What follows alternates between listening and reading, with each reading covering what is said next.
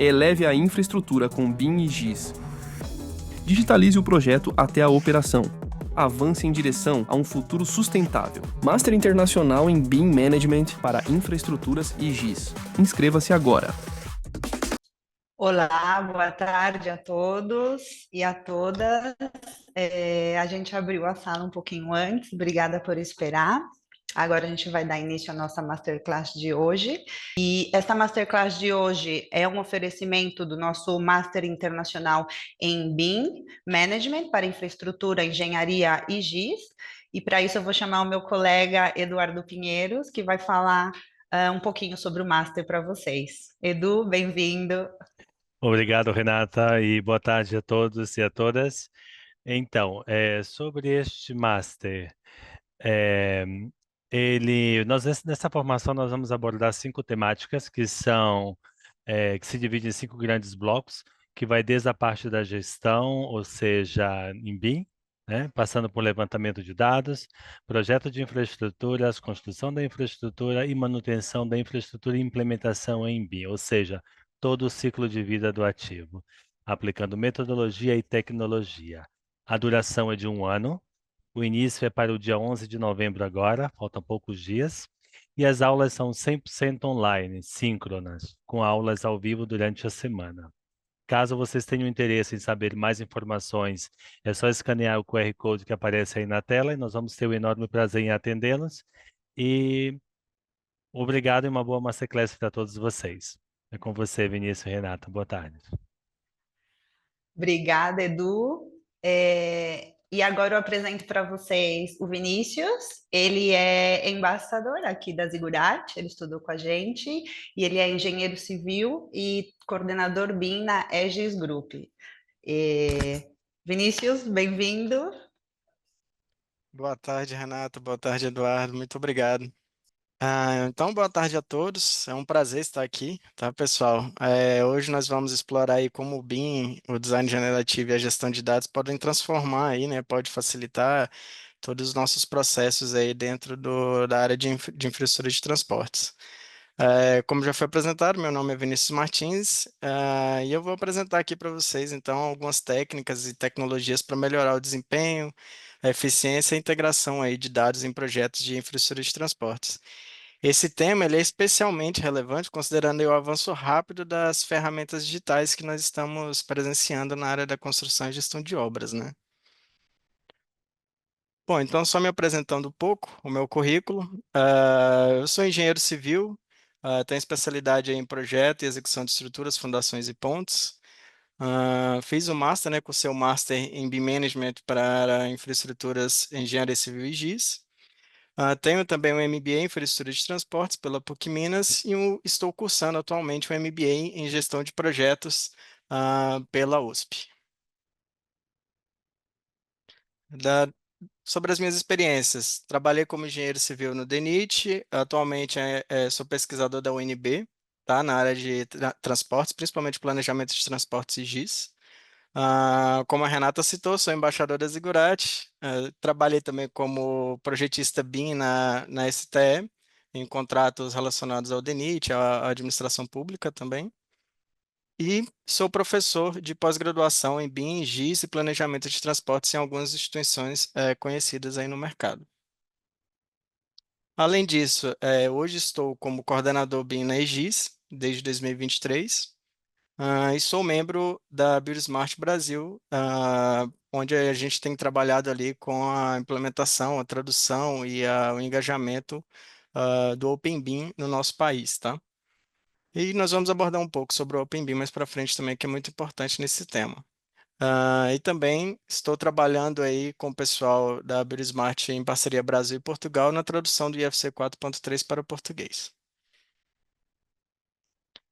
Bom, pessoal, aqui são os tópicos da apresentação do que nós iremos conversar hoje. Então, vou fazer uma breve introdução do assunto. Vamos tratar aí sobre BIM, infraestrutura de transportes, entrar em design generativo. Vou mostrar alguns exemplos práticos aí de design generativo para vocês.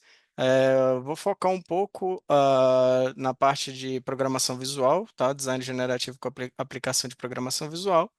mas também irei tratar aí, mostrar alguns exemplos ali de estudo de traçados também com um software bem interessante, relacionado aí ao design generativo. Vamos tratar também da integração BIM com Business Intelligence, que é o BI, onde nós vamos visualizar ali a questão da gestão de dados, tá? Vou trazer alguns exemplos para vocês. E vamos conversar um pouco sobre interoperabilidade e colaboração, que são tópicos muito importantes aí quando a gente trata sobre design generativo e gestão de dados, tá? Para integrarmos aí todos esses dados de todos os modelos em um único modelo federado, por exemplo, ou em uma única disciplina. Bom, e por fim, para finalizar, trarei aqui alguns tópicos aí sobre melhores práticas para gestão de dados. Teremos a conclusão da nossa sessão de perguntas, tá? Bom, deixa eu só ver aqui que eu acho que a apresentação travou aqui, só um minuto aqui. Enquanto isso, Aqui, aproveito para comentar que quem quiser ir deixando as dúvidas e perguntas, no final o Vinícius vai responder para a gente.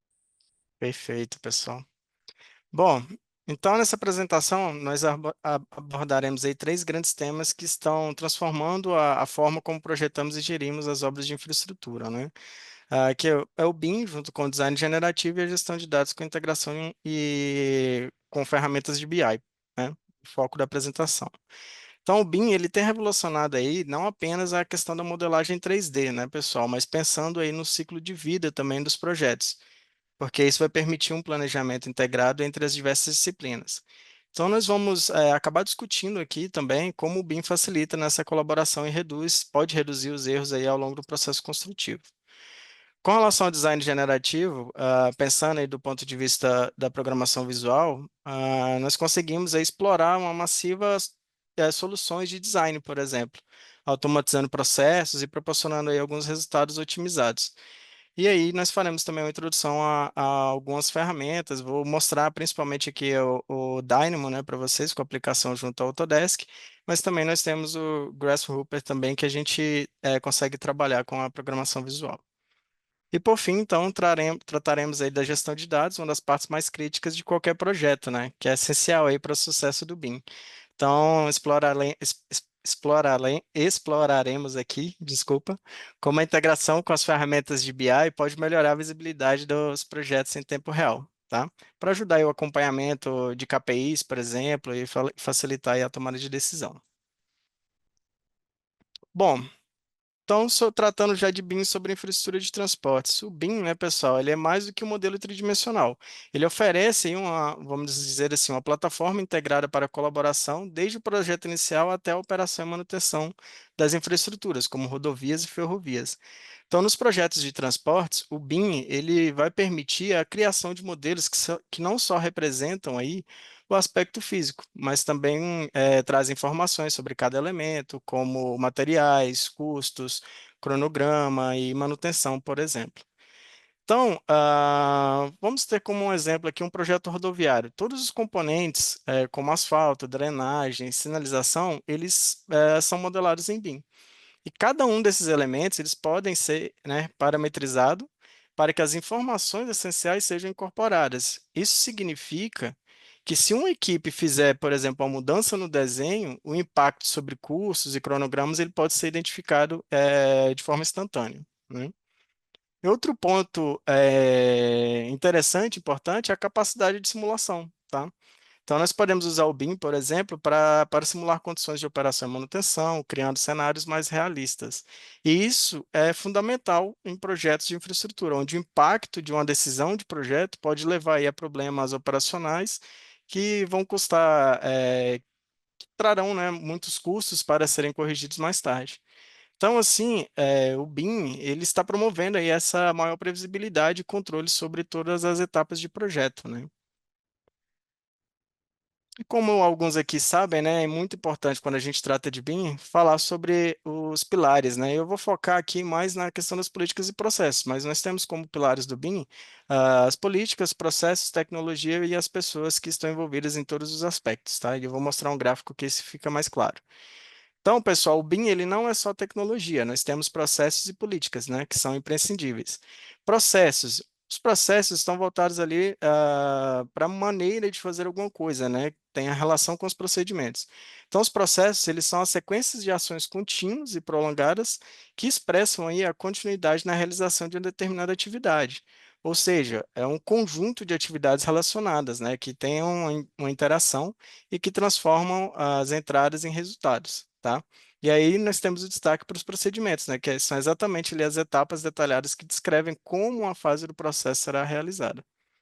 Já as políticas, elas são as diretrizes que orientam a organização em seus processos e procedimentos. E elas podem ser apoiadas ou influenciadas por normas ou regulamentos definidos. Ou seja, não basta a gente aprender a operar softwares, né? O BIM vai além de software, além da tecnologia por si só. Então, aqui é um gráfico interessante que eu gosto de trazer, do Bilal Suka, tá? Onde nós temos ali essa relação, mostrando essa relação das políticas, processos e tecnologias, onde dentro das políticas nós temos as boas práticas, e nós encontramos ali os órgãos reguladores, as instituições educacionais, centros de pesquisas, né? E nós temos ali alguns produtos, né? Vamos dizer assim, como regulamentos, padrões de construção, programas de pesquisas, projetos de pesquisa, acordos contratuais, né? E além disso, nós temos tecnologias e processos. Dentro de tecnologias, nós temos então os desenvolvedores de softwares, os fabricantes de hardware, fornecedores de rede, aí entram os softwares BIM, os equipamentos, né, banco de dados, servidores, o próprio GIS, que é muito importante quando a gente trata de projetos de infraestrutura também, tá? E do lado dos processos, então, nós temos os proprietários, clientes, gerente de projetos, onde nós teremos ali como resultado produção de modelos, desenhos, especificações também. Bom, nesse contexto, tem um destaque muito importante que são a questão dos três elementos fundamentais dos modelos BIM, né? Que nós temos o modelo geométrico, que apresenta as informações gráficas, as especificações e referências técnicas, que são as informações não geométricas, e a própria documentação, tá? Que são importantes aí, são três elementos importantes quando a gente trata de BIM. Dito isso, qual que é o foco, então, quando a gente trabalha com BIM? Só um momentinho aqui que... Então, qual que é o foco, pessoal? É a padronização e a informação, tá?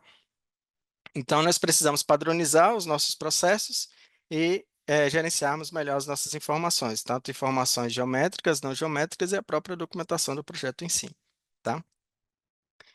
Então, trazendo esse panorama, esse contexto para vocês, nós podemos, então, entrar na questão do design generativo, para entendermos a importância do design generativo, tá?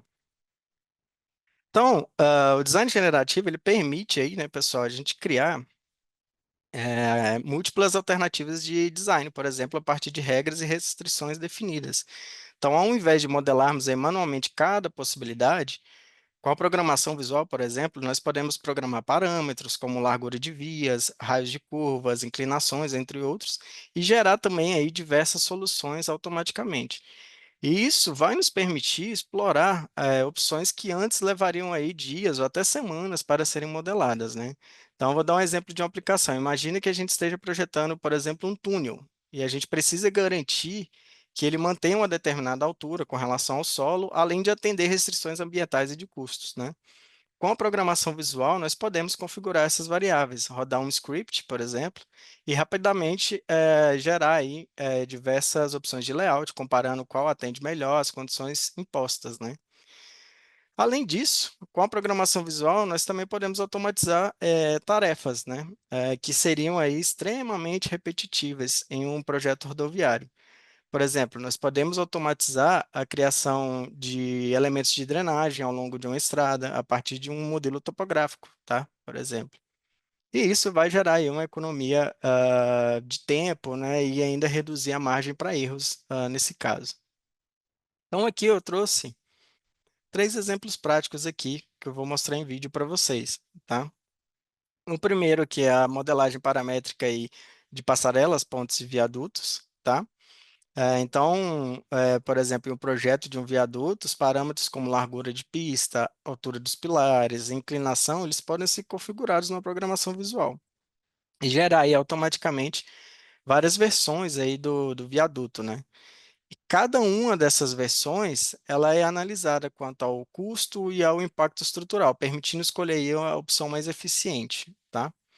Um outro exemplo que eu vou mostrar é a questão dos túneis, né? Então, gerar um modelo complexo em poucos minutos, até com relação ao exemplo que eu citei anteriormente para vocês, né?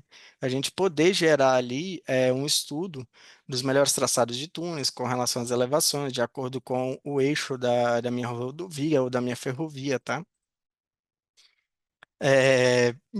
Outros exemplos que eu vou trazer para vocês é com relação às rodovias e ferrovias. E aqui eu vou trazer um exemplo de estudo de traçados, tá? Com design generativo e modelagem de elementos e geometrias complexas aí para rodovia, tá? Como modelagem de elementos ao longo de um corredor, é, e também distribuição ali de algumas labels, algumas questões mais de referência técnica para documentação, para facilitar. Ou seja, exatamente, pessoal, a gente conseguir diminuir os nossos processos repetitivos, né? Todo processo que é repetitivo, que a gente trabalha em BIM, a gente consegue automatizar de alguma forma. A gente pode pensar para tentar criar alguma automação para que esse processo seja mais rápido, né? Que a gente consiga ter um ganho de produtividade durante a execução do nosso projeto, tá? Bom, então aqui é um primeiro exemplo, que é exatamente um design generativo para passarelas, e aqui é interessante porque a programação ela foi feita usando o Grasshopper, mas com a integração junto ao Revit, tá? Então é bem interessante, onde ele consegue ali exatamente criar todos os parâmetros geométricos e o modelo já ser atualizado ali em tempo real, vamos dizer assim, ao longo da programação. Isso é interessante, né? Isso depende muito do processo, da estratégia de modelagem também, tá? E isso vai levar em consideração outras informações de projetos de referência, como um projeto de topografia, um projeto geométrico, porque muitas vezes nós temos ali uma correlação com a estrada ou com a ferrovia, né, por exemplo. Mas nesse caso aqui, uma passarela de pedestres, então, é um exemplo bem prático e até de uma geometria mais complexa, né, pessoal? E utilizando aí uma linguagem de programação visual diferente do Dynamic que a gente vê muito aí no mercado. Bom, aqui já é um design generativo voltado para pontes, então aqui eu vou mostrar, se eu não me engano, são dois vídeos com relação a pontes, tá? E viadutos para vocês. Então, basicamente, aqui é a criação do modelo da obra de arte especial. É uma programação simples, porque a gente consegue basear essa programação em uma família típica para a gente conseguir distribuir ao longo de um alinhamento. E, claro, dentro dessa família típica, a gente consegue categorizar os elementos de uma melhor forma para exportarmos até em FC na categoria correta, tá? Então, ali, um resultado simples de uma modelagem de um viaduto, né? Outro vídeo interessante de programação visual para design generativo de obra de arte especial que eu trouxe é um realmente que vem trazer ali uma geometria até mais complexa com relação à obra de arte, com curvas, né, com a declividade ali do seu tabuleiro, e aí de acordo com o alinhamento. E isso é muito interessante, porque a gente consegue criar diversas alternativas de análise, né?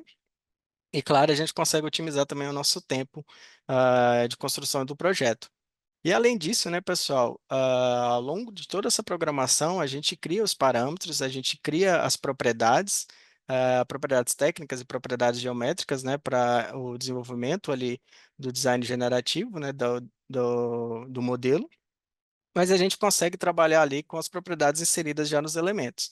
Então, a gente consegue inserir automaticamente com base em um banco de dados, por exemplo, até simples, como um Excel, ou um banco de dados até com uma programação um pouco mais avançada, puxando de uma forma estruturada em SQL, por exemplo, a gente consegue atribuir ali os dados, né, as informações nos nossos elementos ali do modelo, tá?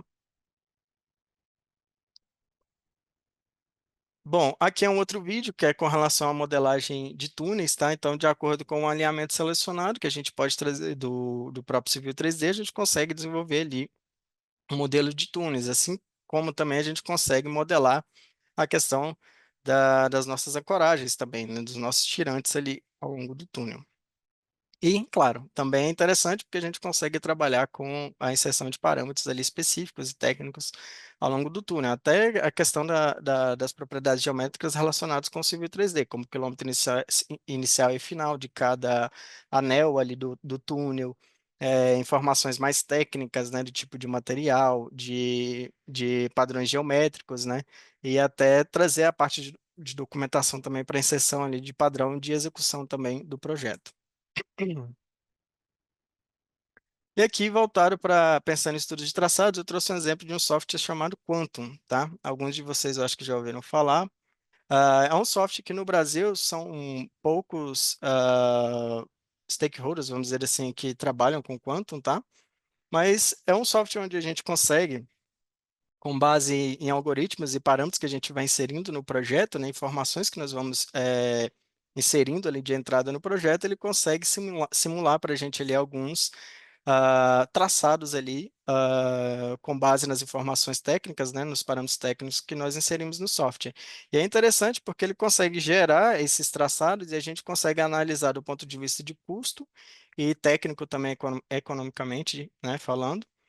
Também para a gente conseguir definir ali o melhor traçado. É claro, né, o software, pessoal, ele ajuda, otimiza todo esse tempo de análise, mas nós precisamos aí da nossa engenharia, nós precisamos dos nossos engenheiros para validar o resultado do software, né? E também nós conseguimos exportar esses estudos de traçado do Quantum para um Nova Point, né? E também para o Civil 3D, para outros softwares BIM, para a gente prosseguir ali com as próximas fases de projeto, tá? E aí, para quem interessar também sobre o quanto, sobre estudos de traçados, eu trouxe um artigo que é muito interessante, pessoal, que é de um amigo meu chamado Paulo, que exatamente ele trouxe ali essa questão da integração do BIM e do GIS para os estudos de traçado, tá? Fazendo uma análise ali de critérios, né, para poder compreender quais seriam os melhores traçados ali para o projeto, tá? Então fica aí de curiosidade para vocês também, para quem quiser entender melhor como é o funcionamento do quanto. Bom, aqui eu trouxe um outro exemplo, outros exemplos nesse vídeo, né, de modelagem de design generativo para rodovias, onde a gente consegue ali distribuir elementos ao longo do corredor, com base em Excel e com base nos próprios blocos dos elementos. E além disso, a gente consegue extrair também os nossos property sets, né, as nossas propriedades aí dos elementos, e inserir também nos nossos elementos de forma automática, tá? E aí, aqui ele mostra alguns desenvolvimentos também com relação a dispositivos de segurança, que também é a possibilidade, tá? Existem várias possibilidades aqui que a gente consegue trabalhar dentro do Civil 3D para rodovias também. Para ferrovias, nós temos aí algumas dificuldades, né, que nós precisamos enfrentar, principalmente com relação ali a um exemplo típico, né, que é a distribuição de dormentes ao longo de um corredor. Então, com design generativo, com o Dynamo, nós conseguimos distribuir ali de forma com espaçamento já padronizado esses elementos, assim como as catenárias e toda a rede aérea do nosso projeto também a gente consegue modelar via Dynamo, né? São alguns exemplos para vocês. Além disso, extrair todas as propriedades também a gente pode inserir no próprio elemento ou extrair do elemento também para um banco de dados em Excel ou banco de dados que a gente queira trabalhar, tá?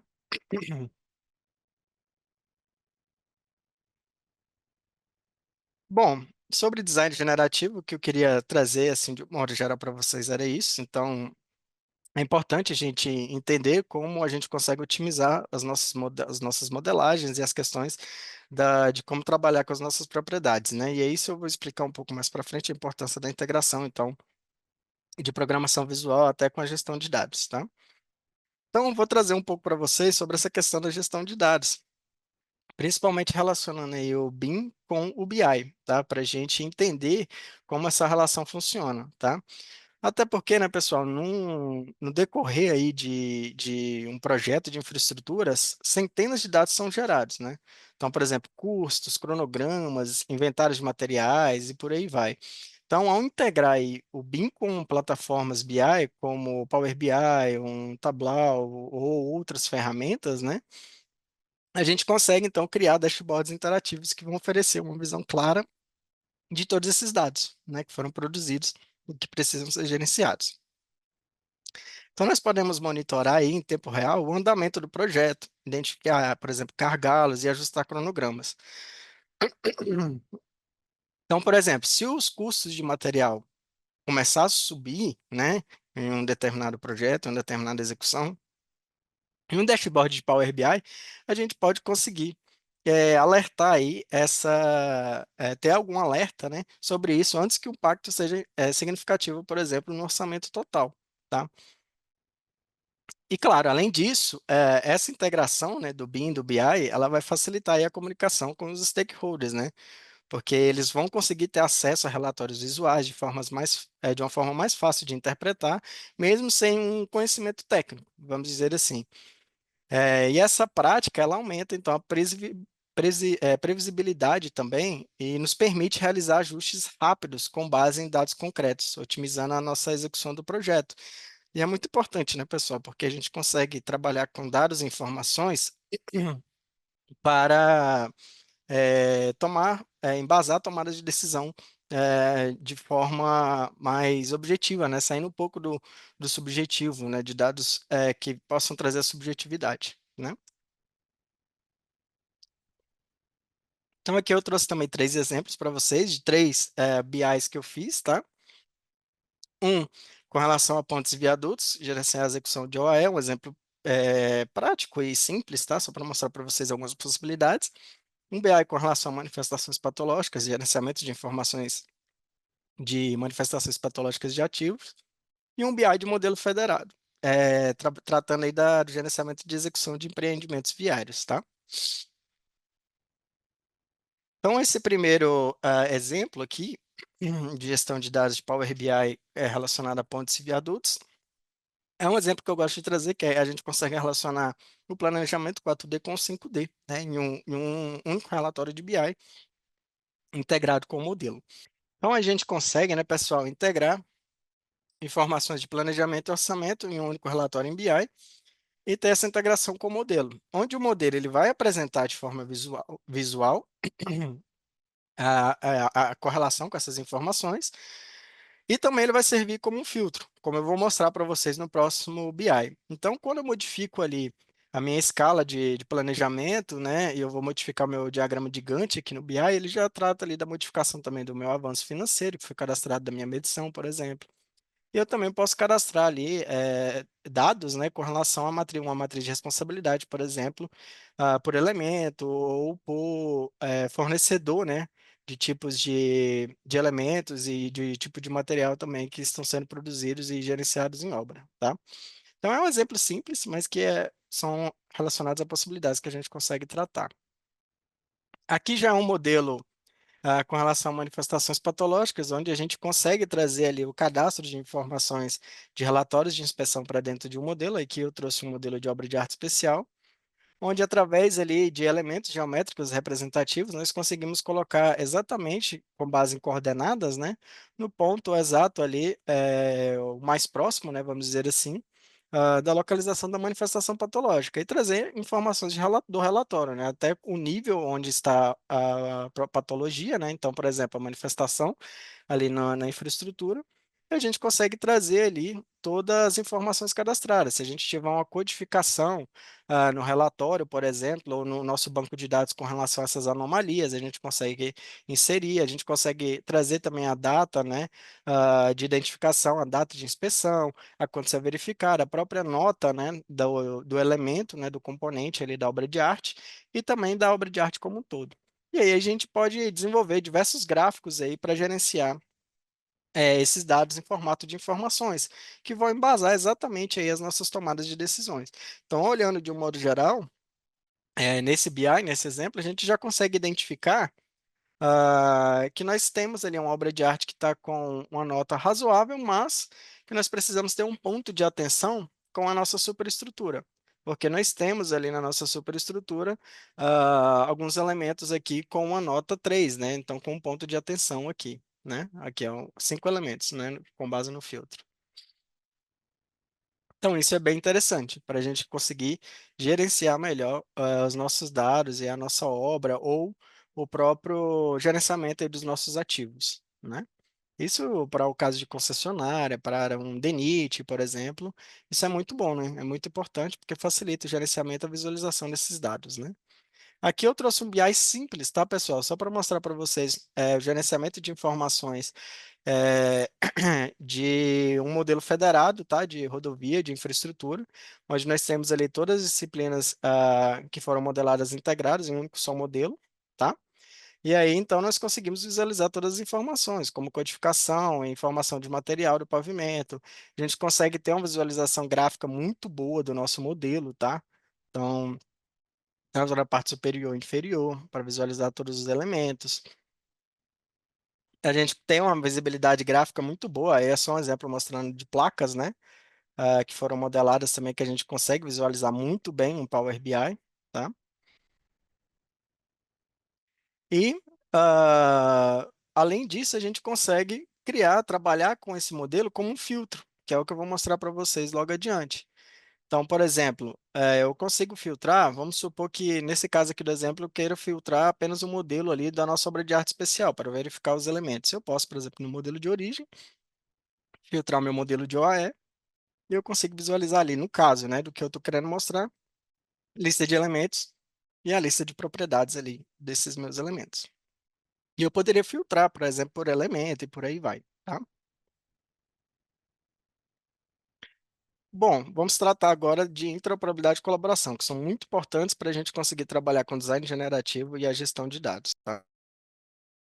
Bom, pessoal, a interoperabilidade entre diferentes softwares e disciplinas é uma das principais vantagens aí do uso do BIM, tá? Que a gente consegue identificar facilmente, inclusive.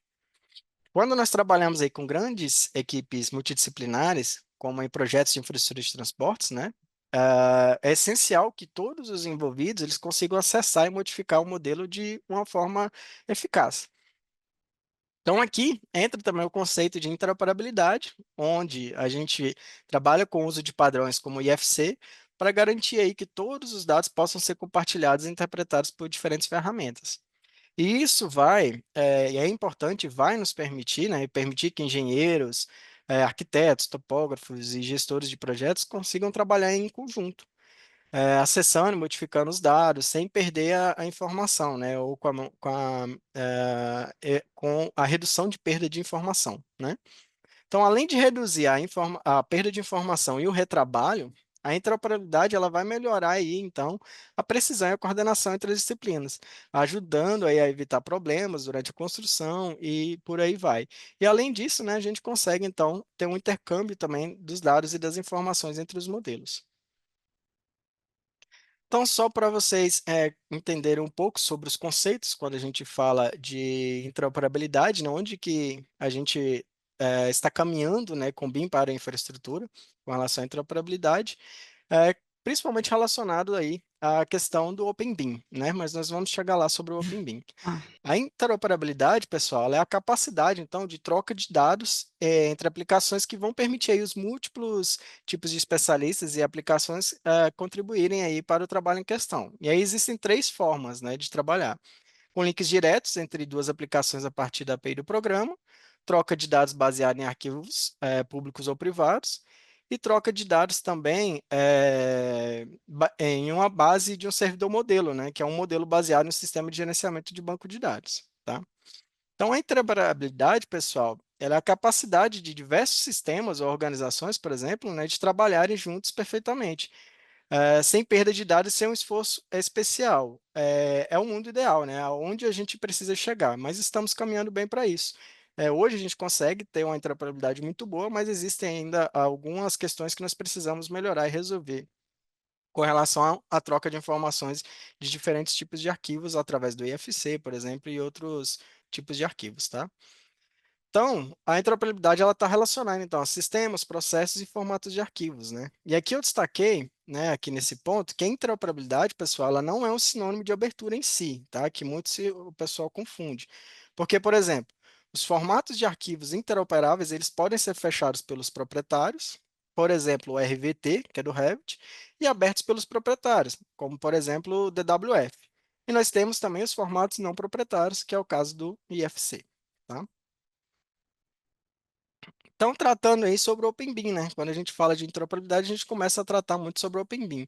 O Open BIM, então, ele é um processo colaborativo que é neutro em relação aos fornecedores. Os processos do Open BIM, eles podem ser definidos aí como informações compartilháveis do projeto, que vão suportar aí a colaboração contínua para todos os participantes do projeto. Então, o Open BIM, ele vem aí para facilitar a interoperabilidade para beneficiar os projetos e ativos ao longo do ciclo de vida, tá? E claro, quando a gente fala de Open BIM é porque então existe o Closed BIM, sim. Então, a lógica disso, né, o Closed BIM, nós temos uma abordagem que utiliza apenas formatos proprietários, né, como Revit, DWG e outros formatos. Já o Open BIM é uma abordagem que utiliza formatos nativos proprietários e de padrões abertos, tá? Então, por exemplo, quando eu falo de padrões abertos, qual que é o princípio de padrões abertos, né, como o IFC?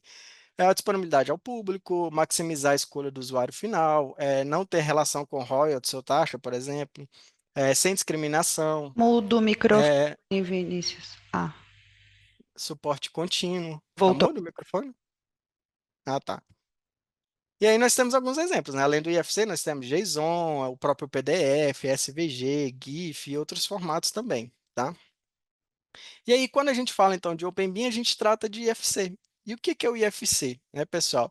Ele é uma descrição aí digital padronizada no ambiente construído, que inclui edifícios e infraestrutura civil, e está destinado a ser, então, neutro e independente de fornecedor. E ele é utilizável aí uma ampla gama de dispositivos de hardware, né, plataformas de softwares e interfaces para muitos casos de usos diferentes. E aí, quando a gente fala de IFC, tá, pessoal? Nós temos então o nosso IFC 4.3, tá? Principalmente voltado para a infraestrutura. Então, mais especificamente, o IFC ele é um modelo de dados padronizado que codifica, de maneira lógica, a identidade e a semântica, além das características, atributos e relacionamentos de objetos. E também que vão incluir aí conceitos abstratos, processos e vão envolver as pessoas, né, nesse conjunto, tá? E por que que a gente está falando também do IFC, dessa questão da interoperabilidade? Por conta da questão da colaboração e da integração entre dados de diferentes tipos de modelos, tá? Quando a gente fala, por exemplo, de colaboração, nós estamos, então, pensando em todas as disciplinas envolvidas no projeto trabalhando em conjunto, compartilhando os dados em tempo real. E qual que é o objetivo de ter uma colaboração melhor em um único local, por exemplo? É minimizar a ocorrência de erros, né? Permitir que as equipes aí façam ajustes mais rapidamente, economizando tempo e recursos. Então, a ISO ela é muito clara com relação a essa questão da colaboração quando ela fala, por exemplo, do ambiente comum de dados, que é uma fonte de informação acordada para qualquer projeto ou ativo cuja função seja coletar, gerenciar e disseminar cada pacote de dados em um processo controlado. Então, envolve tecnologia e processo e tecnologia e fluxo de trabalho. E aí, o ambiente comum de dados é realmente onde nós vamos trabalhar com toda a colaboração e integração dos nossos projetos, dos nossos modelos e dos nossos dados, seja via IFC ou algum formato que seja interoperável ali entre os softwares que nós estamos trabalhando. Então, tratando disso, vamos às melhores práticas aí para a gente começar a finalizar a nossa masterclass. Então, o primeiro ponto que eu trouxe da questão das melhores práticas é a organização dos dados. É a gente garantir que os dados estejam organizados e categorizados de forma clara. Nós trazermos ali a lógica, por exemplo, de um sistema de classificação, tá? Para os nossos elementos, seja via sistema de classificação de norma ou sistema de classificação, por exemplo, própria, de acordo com uma estrutura analítica de projeto, tá? Ou desenvolvida aí, por exemplo, pelo cliente. Mas isso é muito importante. E que isso tenha relação com o formato de dado que a gente vai trabalhar, seja em FC ou em algum outro formato de interoperabilidade. Melhores práticas aí, a questão da automação de processos, tá? A gente conseguir automatizar aí a geração de relatórios e listas de material através de programação visual. Então, nós podemos, por exemplo, criar scripts que extraem esses dados automaticamente de um modelo BIM e gerar relatórios detalhados aí sobre materiais, custos e cronogramas, tá? E por fim também, não menos importante, né, que vai embasar muito a questão da nossa tomada de decisão, é integrar esses dados com o BI, para a gente conseguir monitorar aí os principais indicadores de desempenho de projeto, com KPI, com tempo de execução, custo acumulado, eficiência de obra, e além disso, da parte de gestão de projetos, a gente conseguir também gerenciar ali as nossas issues, né? Gerenciar ali também todo o nosso processo construtivo e de colaboração dentro do nosso projeto, dentro das nossas equipes, tá? Bom, conclusão.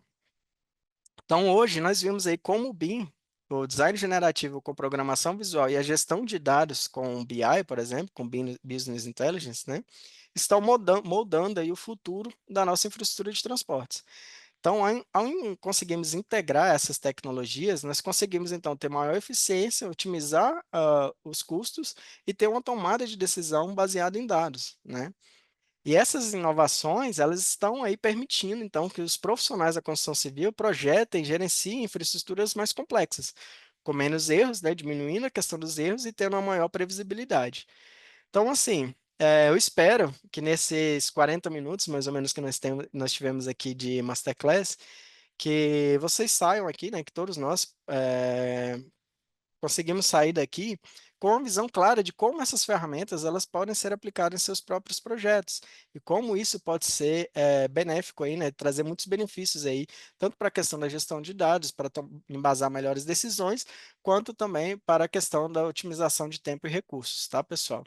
E claro, lembrando sempre, o segredo de tudo, mesmo trabalhando com design generativo, com programação visual, com gestão de dados, o segredo de tudo é a estruturação dos dados e das informações. É a questão da informação e da padronização das informações. Tá joia? Bom, com base nisso, então, aqui são os tópicos da conclusão que eu trouxe para vocês, né, que eu já falei sobre a questão da programação visual e integrar os dados com o BI e as ferramentas e processos que estão ajudando a mudar o nosso futuro da infraestrutura de transportes. E aí, com isso, então, eu passo aí para a Renata para a gente ir para a nossa sessão de perguntas. Obrigada, Vinícius. Muito boa, muito informativa, muito conteúdo. Espero que todos tenham gostado. Se quiserem ir deixando as perguntas, eu vou começar com uma que temos aqui no chat, da Mercelene. Ela pergunta para você, Vinícius, se você já chegou a fazer o controle para o BI de uma obra mais extensa. E como foi essa experiência? Já consegui integrar modelos até, porque o que que acontece? O que que a gente pode trazer ali, como exemplo que eu trouxe, a questão do modelo federado, né? Por exemplo, no Navisworks, pensando no fluxo de trabalho da Autodesk, nós temos ali, né, de prática, né, a segmentação dos modelos. Então, um modelo federado de 10 quilômetros, de no máximo 20 quilômetros, que é o que a gente vai conseguir rodar e processar bem ali, dependendo dos nossos equipamentos. Então, para trazer para um Power BI, um modelo federado desse, é possível. Já consegui trazer modelos de 10 e de 15 quilômetros, mas nunca testei mais que isso. Com interseções em desnível e duplicação, por exemplo, né, com faixas adicionais. Agora, é importante também essa questão da segmentação dos dispositivos, tá? Eu falo trabalhar com modelos federados desses dispositivos, porque a gente consegue integrar, por exemplo, o NWD dentro de um BI, não apenas um único NWD, mas a gente pode fazer a integração, por exemplo, de 3, 4 NWDs em um único Power BI, um único visualizador ali para a gente gerenciar as nossas informações. Então, é possível. Com base, com questão de experiência, o que eu digo é o seguinte, a parte mais complexa, pessoal, é a gente conseguir estruturar esses dados, essas informações para reproduzir em um relatório. Para a gente conseguir extrair ali gráficos, para conseguir extrair ali KPIs, né, importantes ali do nosso projeto, ou da própria execução, tá? Então, esse é um ponto muito importante. E é o que eu digo assim, que foi o que mais foi difícil. Foi realmente conseguir estruturar e manipular esses dados e informações ali, esses dados, né, para produzirmos as informações ali no relatório do BI. Tá joia? Perfeito. A Mercelene também quer saber quais são as dificuldades que você tem observado na gestão de dados no seu dia a dia e quais as lições que você aprendeu com isso.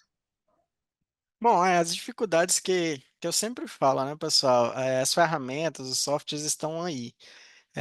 Nós temos ali alguns pontos de melhorias, né? Até, por exemplo, na manipulação desses dados em um Power BI, em um software BI, né? Existem ali algumas dificuldades que a gente precisa saber de um pouco de programação visual e até um pouco de Python mais avançado para poder trabalhar e manipular. mas a base de tudo realmente é a estruturação dos dados, é a informação e padronização. Eu acho que quando a gente fala de gestão de dados, fica muito claro, né, pessoal, essa questão do BIM, do foco ser informação e padronização. Se a gente tem a informação padronizada, muito bem estruturada, a gente consegue produzir diversas aplicações com essas informações e com esses modelos. Então, realmente, eu destaco exatamente esse ponto para vocês, é a questão da informação e da padronização da informação e dos processos, tá? E você poderia falar um pouco também das normas e das diretrizes específicas do uso do BIM no Brasil? Como que está sendo essa implementação, o projeto o plano que o governo tem? Se tem alguma novidade? Como que tá? Se você pode falar um pouco para a gente. Bom, desse ponto de vista das aplicações aí do governo, né, nós temos aí a estratégia BIM-BR, que é o Washington Luke, inclusive, né, não sei se ele está aqui na nossa Masterclass, mas que Ele ele está aqui com está a gente. tá aí, né, Oi, Luke. que ele tá à frente aí junto com o pessoal também. É, nós temos aí um foco, né, que é a questão de chegar até trazer o BIM também, voltar pensando um pouco na questão da operação e manutenção, que é daqui a alguns anos, né? É um caminho aí que a gente está percorrendo. E é claro que as normativas, elas vão influenciar exatamente nessa questão da padronização das informações, de como nós vamos trabalhar com o sistema de classificações, até que a norma vem produzindo, tá? Então, a gente percebe que é uma evolução, né, pessoal? Até, por exemplo, a questão do sistema de classificação que a nossa NBR traz. Nós temos ali algumas dificuldades para trabalhar com a infraestrutura por questão mesmo de ter pensado muito para a questão das edificações, né, das construções, pontuais, vamos dizer assim.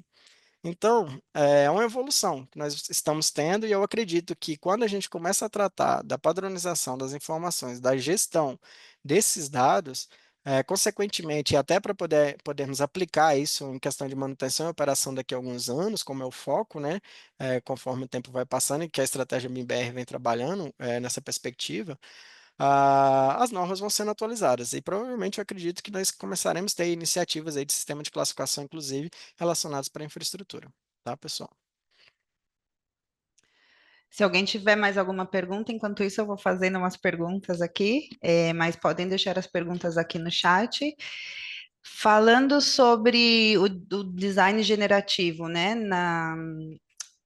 utilizando o BIM na infraestrutura, a gente sempre fala de desafios, de soluções, mas você tem algum comentário sobre os maiores erros que se cometem nesse aspecto, nesse uso do BIM na infraestrutura com o desenho generativo e a gestão de dados? Sim, o que que acontece? Como eu falo, né? Eu não, vamos supor assim, eu estou no meu mundo estou projetando aqui com design generativo um túnel, uma obra de arte. A Renata está trabalhando no projeto geométrico de uma rodovia, né? Isso é um exemplo clássico, mas ainda é o que mais implica, tá, pessoal? Nessa questão do design generativo e do design como um todo, tá? Dos projetos. É a questão da coordenação desses modelos. Tá? Porque o que que acontece? Muitas vezes a gente recebe informações até de base, né, de entrada, né, dados de entrada como topografia de projeto, superfície ali da nossa rodovia, né, do projetado, para a gente poder modelar com design generativo. No entanto, muitas vezes a gente tem alguns erros de imprecisão. E isso, mesmo com o design generativo, a gente vai ter alguns erros no resultado final da coordenação desses modelos. E aí eu ainda não estou nem falando da questão do aspecto ali dos sistemas de coordenadas, né, de como coordenar o modelo em si. Eu estou falando exatamente numa base de entrada de dados. Então, acho que a questão de você desenvolver uma rotina, um script, é muito bom, é interessante, otimiza, mas é a padronização do processo e de como esses modelos vão trabalhar em colaboração que vai contar muito para o resultado final e da qualidade do seu projeto, tá? O Lucas Sima, ele diz que ele concorda que o maior desafio é a organização dos dados e que a informação seja distribuída de forma a alcançar todos os interessados. E ele pergunta para você, qual é o melhor jeito de se aperfeiçoar para superar esse desafio? Bom, trazendo do ponto de vista da estruturação de informações e de dados, pensando nesse aspecto, tá? Para a gente não ampliar muito aí na questão até do processo de colaboração, padronização, né? Mas posso dar um exemplo também. Na questão das informações e dos dados, pessoal, é a gente estruturar um sistema de classificação, tá? A gente sabe que ainda as normas, né, os normativos estão avançando, mas a gente precisa trabalhar com um sistema de classificação para a gente conseguir codificar os nossos elementos, codificar os nossos modelos. Então, uma forma de poder melhorar toda essa gestão é realmente criar um sistema de classificação com base na EAP de um projeto, ou seja, pode ser com base em um sistema de classificação próprio de um cliente, que nós já temos hoje, por exemplo, concessionárias, que tem ali o seu próprio sistema de classificação de elementos BIM, tá? De acordo com a EAP do projeto e por aí vai. Então, é realmente estruturar. Trazer mesmo, assim, a minha sugestão é começar do simples, pessoal. Eu gosto de dizer assim, mesmo que eu vá trabalhar com um script que ele seja muito complexo, eu começo pensando simples, pensando onde eu quero chegar, no resultado. Então, realmente, estrutura em um Excel, cria um sistema de classificação com base em um EAP e correlaciona esses códigos, esses nomes desses elementos, essas informações, com códigos, por exemplo, de orçamento, onde você vai conseguir ter um código da EAP, um código ali do seu sistema de classificação, que ele vai poder ter uma correlação ali com mais de um código de orçamento, por exemplo, do Cicro, tá? E aí, quando você correlaciona tudo isso dentro de um BI, por exemplo, você consegue ter resultados ali até de desenvolvimento de orçamentos, de trazer o quantitativo do modelo com o orçamento final ali do projeto também, tá?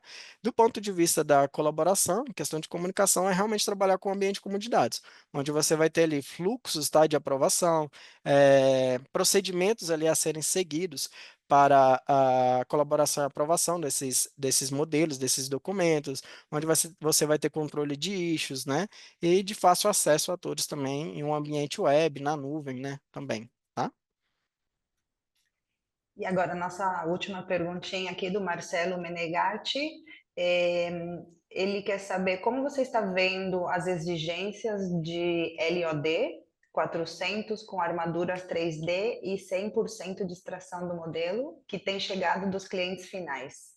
Sabemos que as principais ferramentas nos permitem isso, mas com algumas restrições, muitas vezes com maiores esforços e custos. E ele comenta isso porque ele acha que no setor AEC industrial isso está mais desenvolvido,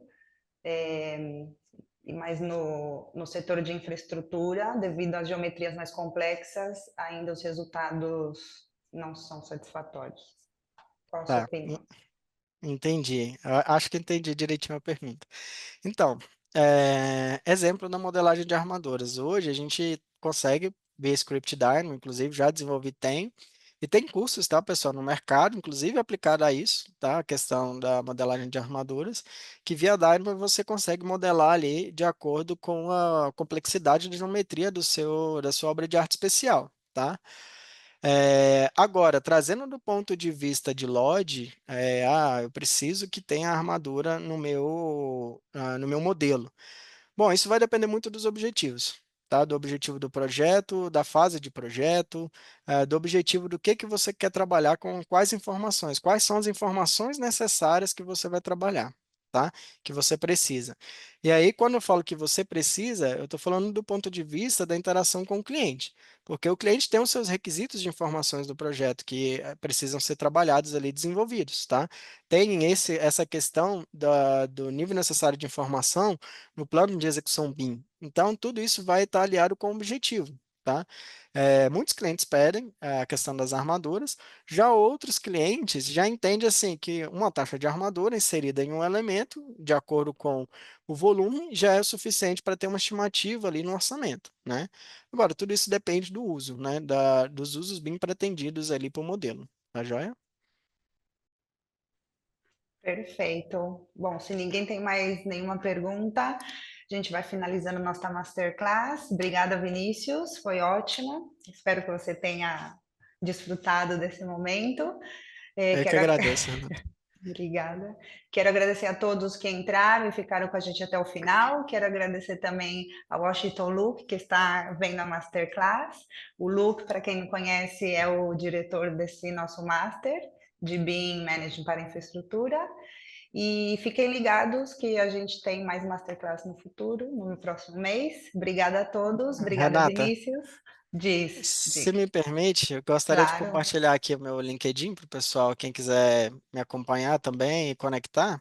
por favor. Deixa eu compartilhar aqui. Que eu falo muito lá no LinkedIn sobre essas questões, sobre design generativo, gestão de dados, modelos bem voltados para infraestrutura, tá joia? E nós temos um grupo, tem um grupo de WhatsApp também, que eu sou um dos administradores, junto com dois amigos, né? Que é o BIM para Infraestrutura Brasil, que é onde a gente conversa muito ali sobre essa questão de aplicação BIM no ambiente de infraestrutura, tá? Então, fiquem à vontade para conectar e para entrar no grupo aí, no nosso grupo do WhatsApp, para a gente conseguir ter um network ali, tá joia, pessoal? Um grande abraço. Perfeito. Quem quiser tirar uma foto dos dados do Vinícius, antes da gente finalizar, obrigada a todos outra vez. A gente se vê na próxima. Até logo. Tchau, Vinícius. Até. Tchau, tchau.